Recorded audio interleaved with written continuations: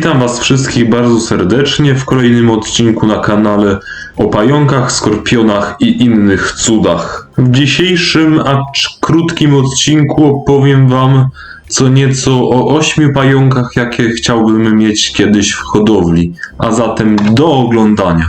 Jak wszyscy wiemy, hodowla, żeby się nie znudziła, żeby mogła się rozwijać, wymaga nie tylko umieszczania dotychczasowych ptaszników, jakie mamy w nowych zbiornikach, większych zbiornikach, ale także polega na nabywaniu kolejnych ptaszników, które powiększą naszą hodowlę, naszą dumę. Ptasznik numer 1, Brachypelma emilia. No co wiele o nim mogę powiedzieć. Kuconuszka Emilii, bo taka jest polska nazwa. To typowy przedstawiciel rodzaju Brachypelma, wprawdzie jeden z najmniejszych. Dorasta do tych 15 cm średnicy.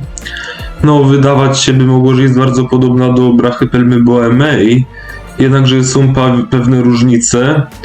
Brachypelma Emilii ma taki trójkąt na karapakcie, którego boemei nie ma. I ponadto boemei ma tylko czarny pierwszy i piąty segment, a Emilia ma czarny także czwarty segment, czyli że tak powiem przedstopie. Ptasznik łagodny, niejadowity, wyczesuje tylko włoski parzące. W hodowli właściwie nie odróżnia się niczym od pozostałych brachypelm. Link znajdziecie tutaj. Dlaczego chciałbym go mieć? A no właśnie dlatego, że ma taki inny wygląd nieco od innych brachypelm. Owszem, jest bardzo podobna, w szczególności do boemei, ale myślę, że taka sztuka w hodowli również by urozmaiciła wachlarz posiadanych pająków. Numer 2, Brachypelma albiceps, czyli Brachypelma białogłowa. Kolejna brachypelma na liście, która poza wyglądem nie wyróżnia się niczym innym od pozostałych brachypelm. Niemniej barwa bardzo ciekawa, złoty karapaks, czarny odwłok i czarne odnóża oraz czerwone włoski na odwłoku skłaniają mnie do faktu, żeby tego ptasznika w przyszłości nabyć.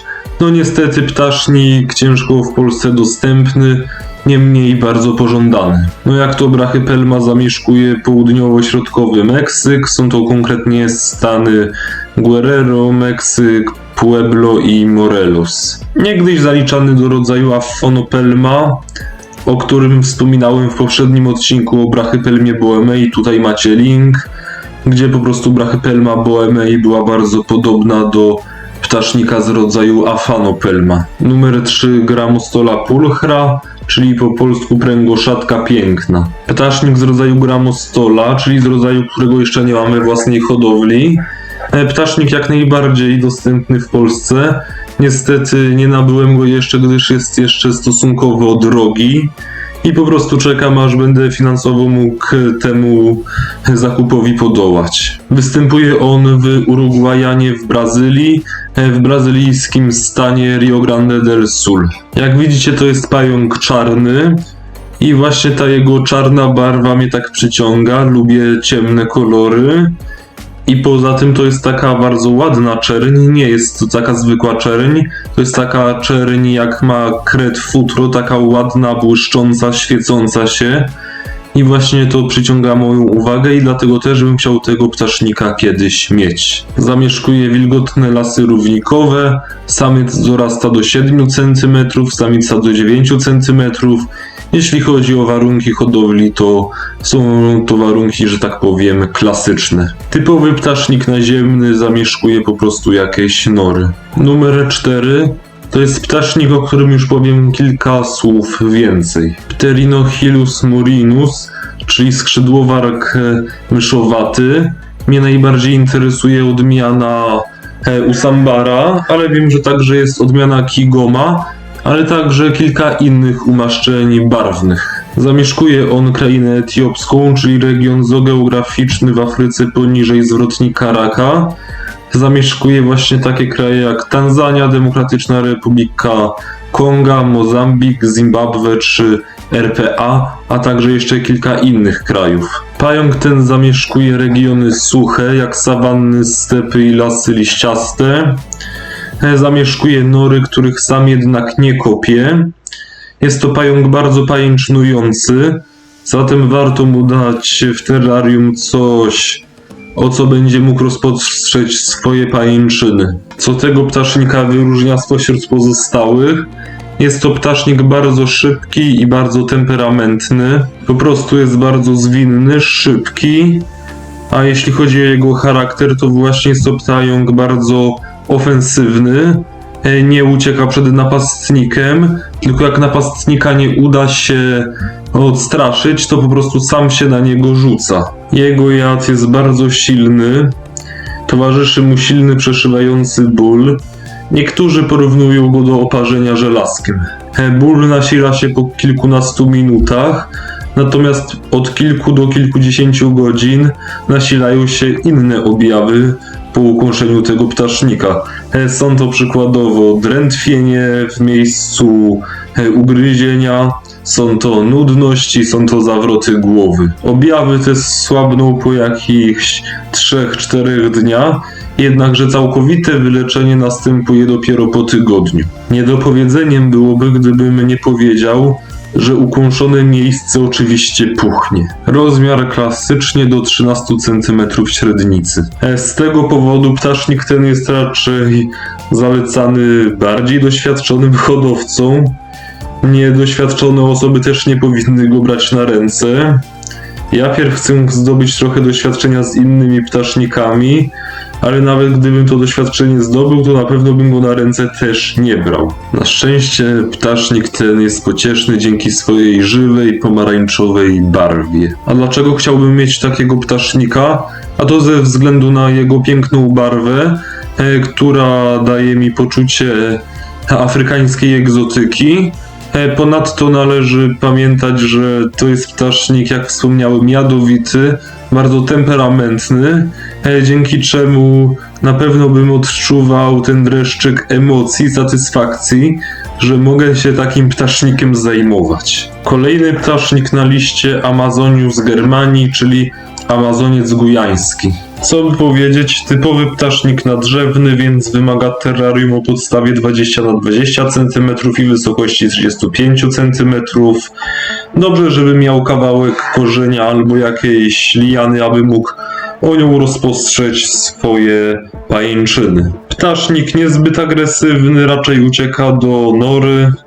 Żyje na terytorium właśnie Brazylii, Peru, Kolumbii czy Wenezueli. Samice dorastają do 6 cm długości, samce do 3 albo 3,5 cm. Niemniej wraz z rozstawem roznóży dorównują rozmiarem samicom. Co mnie w tym pająku urzeka, to jest jego pomarańczowo-beżowa barwa. Jak jest mały, to ma też czarny wzór na odwłoku, który potem zanika. Potem samiec też staje się bardziej szary, niemniej jest to bardzo ładny kolor, bardzo podobny właśnie do Murinusa, ale pająk nie jest tak jadowity i właśnie dlatego też bym chciał mieć tego pająka w swojej hodowli, gdyż swoim kolorem daje odmianę od standardowych kolorystyk ptaszników. Kolejny ptasznik na liście Psalmopoeus irminia, czyli ptasznik wenezuelski. Kolejny nadrzewny ptasznik, który przede wszystkim od wcześniej wspomnianego Amazonisa różni się kolorem.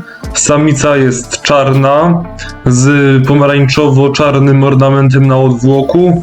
Samiec jako taki jest brązowy. Ich tułów z karapaksem mają te 5,5 cm, natomiast odnóżami pająki te mają po 13 cm długości ciała. Wymagania co do wielkości terrarium są identyczne, jak najbardziej można sadzić rośliny. Należy też umieścić właśnie jakiś konar, który posłuży jako podstawa do budowy pajęczyny przez naszego ptasznika. Pająk również nie jest niebezpieczny. Dlaczego chciałbym go mieć? Ze względu na jego piękne, żywe kolory, a także jest to po prostu klasyka ptaszników nadrzewnych. Przedostatni ptasznik na naszej liście, kolejny ptasznik nadrzewny, Poekiloteria metallica, czyli barwno-bestia metaliczna. Pająk ten występuje na południu Indii w stanie Senai, na obszarze niecałych 100 km². Rozmiar terrarium klasyczny jak dla pająków nadrzewnych. Jest to dość szybki pająk i nieco bardziej agresywny.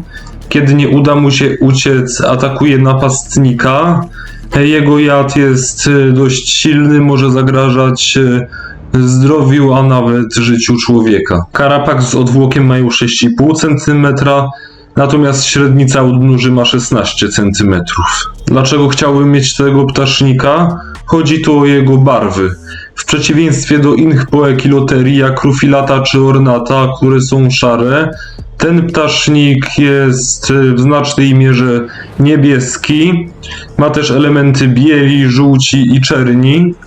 Jego strona grzbietowa, czyli górna część odwłoku i karapaksu, mają na sobie swoisty ornament, który wygląda naprawdę ładnie. Ostatni ptasznik na dziś, czyli ptasznik śnieżny albo plamisty, właściwie Heteroscodra maculata. Piękny afrykański ptasznik żyje w zachodnio-centralnej Afryce na terytorium Togo i Gany. Ptasznik ten żyje na terenach centralnej i zachodniej Afryki, w państwach takich jak Czad, Togo i Gana, wśród drzew i krzaków, gdzie buduje swoje nory.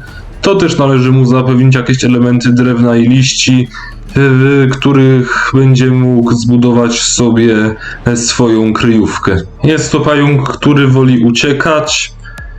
Postawę agresywną przyjmuje wtedy tylko, gdy nie ma możliwości ucieczki. Wtedy może ukąsić. Podobnie jak inne afrykańskie ptaszniki, a w ogóle też ptaszniki ze Starego Świata, ma bardzo silny jad. Rozmiar terrarium typowy dla ptaszników nadrzewnych. Dlaczego chciałbym mieć tego ptasznika?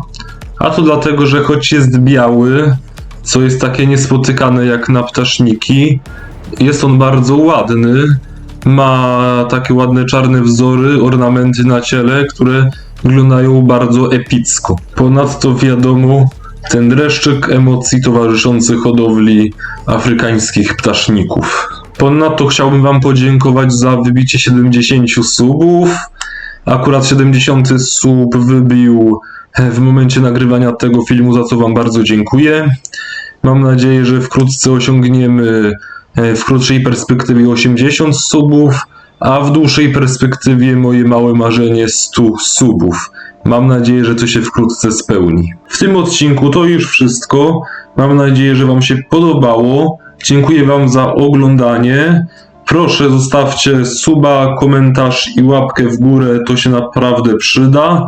Zapraszam was także na mojego Instagrama, link znajdziecie w opisie.